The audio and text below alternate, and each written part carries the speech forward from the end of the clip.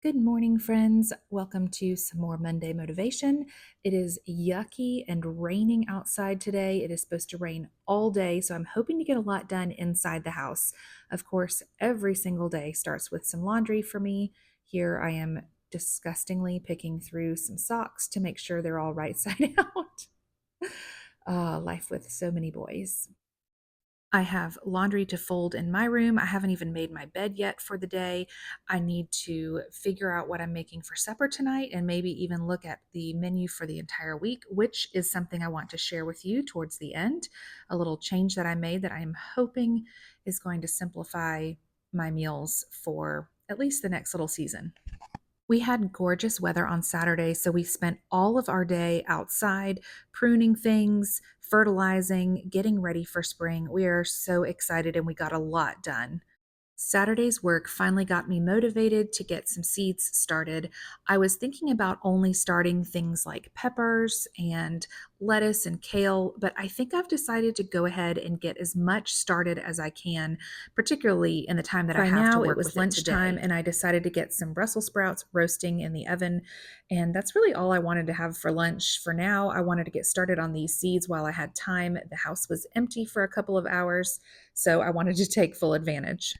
All I have to do for these delicious roasted Brussels sprouts is quarter them, maybe pull off some dark spots or dirty spots, and then I toss them in a little bit of olive oil, sprinkle them somewhat generously with homemade seasoned salt, and then when they come out of the oven, I roast them at 400 for probably 15 to 20 minutes until they have a nice char on one side, and then I put like 2 small pats of butter on top of the Brussels sprouts and stir them around a bit so that the melted butter kind of gets to all of the pieces.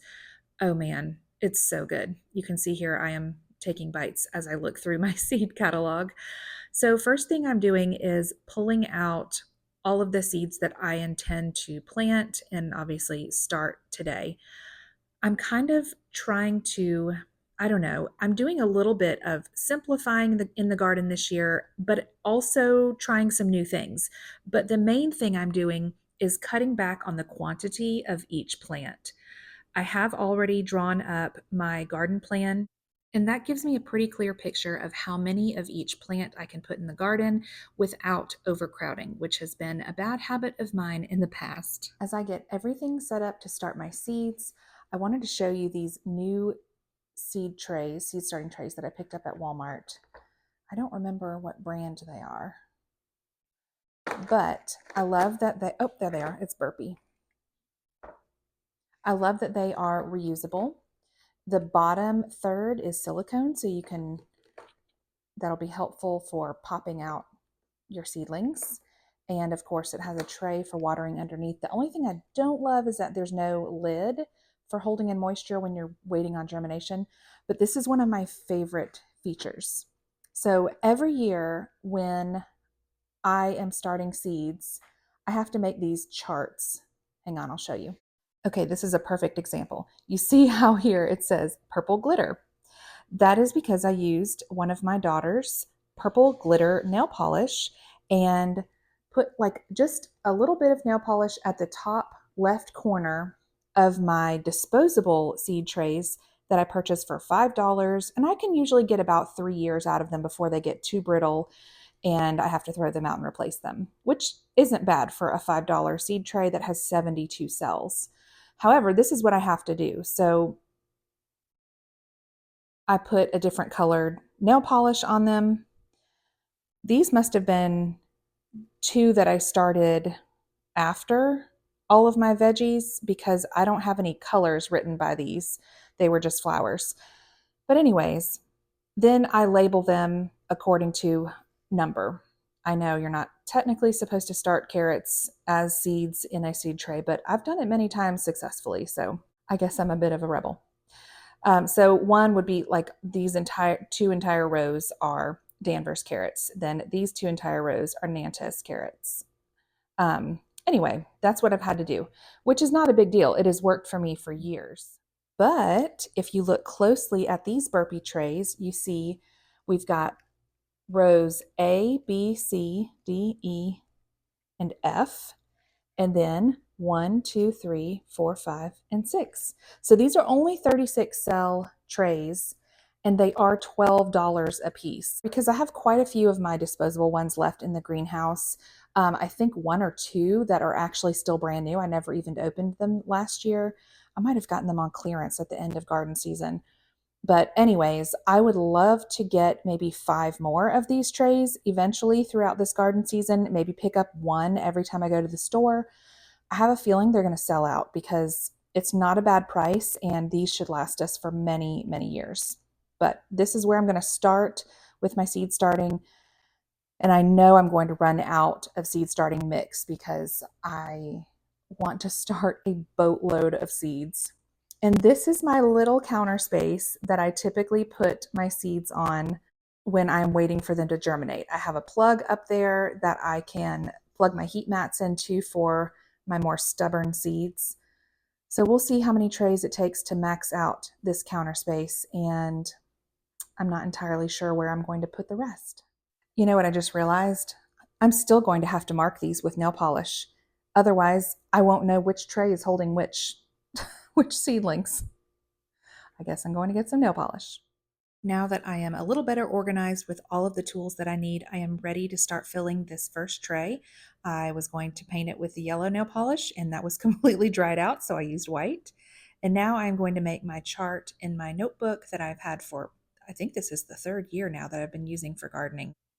What I typically do when I am starting seeds is I fill these cells up maybe 3/4 of the way, and then I take them over to the sink and I water them pretty well to get the soil decently moist before I start adding seeds. Then, when I'm finished putting seeds in all of the cells, I will go back through gently by hand and just barely cover all of the seeds with just another dusting of soil, depending on how deep they need to be planted. Obviously, larger things like squashes and melons can all be planted up to like an inch deep. In this first tray, I planted all of our bell peppers, hot peppers. I'm trying a new one that Baker Creek sent me as a free packet, as well as some cayenne and Tabasco. And I also did our jalapenos and one row of watermelon. In the second tray, I started our different cantaloupe or melons that we're trying this year, some new ones to us, pumpkins, different squashes like zucchini and delicata, butternut squash, and then two rows of spinach and different varieties of lettuce. Once I carefully covered the seeds with soil, I gave them a little more water, covered them with plastic, and left them on the counter. Then I grabbed my basket of little sweet potatoes from 2022's garden and pulled all the slips off, placed them in pint mason jars, put a little water at the bottom, and placed them on the windowsill to get ready to root and go in the ground in a little over a month. I wanted to share a little something that I have switched up for my meal planning. I have just been in a rut lately. The pantry challenge was refreshing, but then I got a little burnout toward the end and I just wanted to go to the grocery store and restock some things and get back to my normal cooking. As you can imagine, I pretty much rotate through the same 20 to 30 dinner meals on a regular basis. Yet it still feels like such a job to figure out every single night what's for dinner. It's really hard to believe after a month of pantry challenge, this is still what is left in our freezers. I've already given you another glimpse of my pantry since the pantry challenge ended and I did my first grocery trip. So now I want to show you what I created this past weekend with the help of my teenagers. I'm just going to leave this here as I chat and explain what I did. As I was cleaning out a junk drawer in my kitchen, I found a 6-week dinner menu that I created probably 7 or 8 years ago. On the back of that 6-week dinner menu, I had a grocery list for each of those 6 weeks. That was a season in our life where we had gone from 3 to 8 children in 22 months. We brought our 3 adopted daughters home, and after 7 years of infertility, we had 2 more babies. So, as you can imagine, even the simplest repetitive daily task became very overwhelming. Simplifying my meals and my grocery shopping was one of the top ways that I could relieve some of that stress and overwhelm.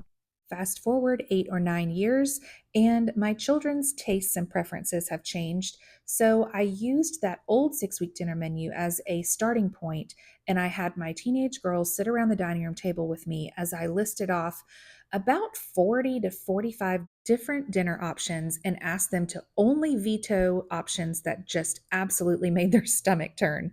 Thankfully, we were able to come up with 36 dinners that everyone was okay with. And I then created a brand new 6 week dinner menu.